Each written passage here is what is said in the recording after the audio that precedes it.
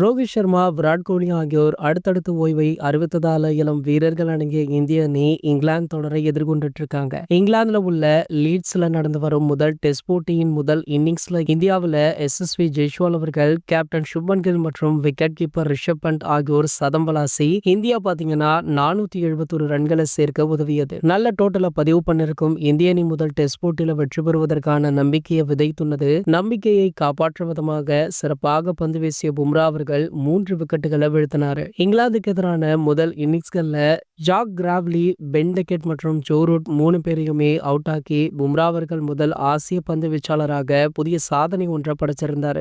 இங்கிலாந்துக்கு எதிராக 3 விக்கெட்டுகளை வீழ்த்திய பும்ரா அவர்கள் சேன நாடுகள் என அழைக்கப்படும் சவுத் ஆப்பிரிக்கா, இங்கிலாந்து, நியூசிலாந்து மற்றும் ஆஸ்திரேலியா நாடுகள்ல அதிக விக்கெட்டுகளை வீழ்த்திய முதல் ஆசிய பவுலராக ஒரு மிகப்பெரிய சாதனையை படைச்சிருக்காரு. இந்த பட்டியல்ல 146 விக்கெட்டுகளுடன் முன்னிலையில இருந்த வாசிம் அக்ரம பின்னுக்கு தள்ளி 147 விக்கெட்டுகளை வீழ்த்தி பும்ரா அவர்கள் முதலிடம் பிடித்திருக்காரு.